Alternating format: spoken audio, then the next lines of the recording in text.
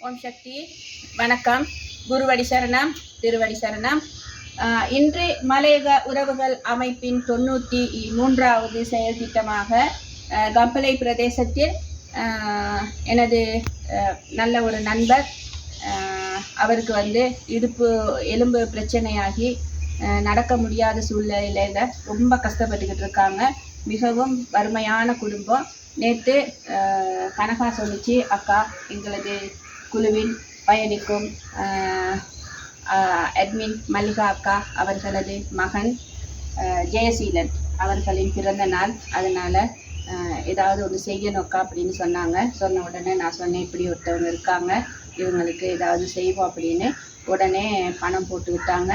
இன்று மலையக உறவுகள் குழுவின் 93வது செயல் திட்டமாக திருமதி மல்லிகா அட்மின் மல்லிகா அவர்களின் செல்வ புதல்வர் ஜெயசீலன் அவர்களின் பிறந்த நாளை முன்னிட்டு இந்த உலர் உணவு பொதிகள் இந்த நபருக்கு வழங்கப்படுகிறது.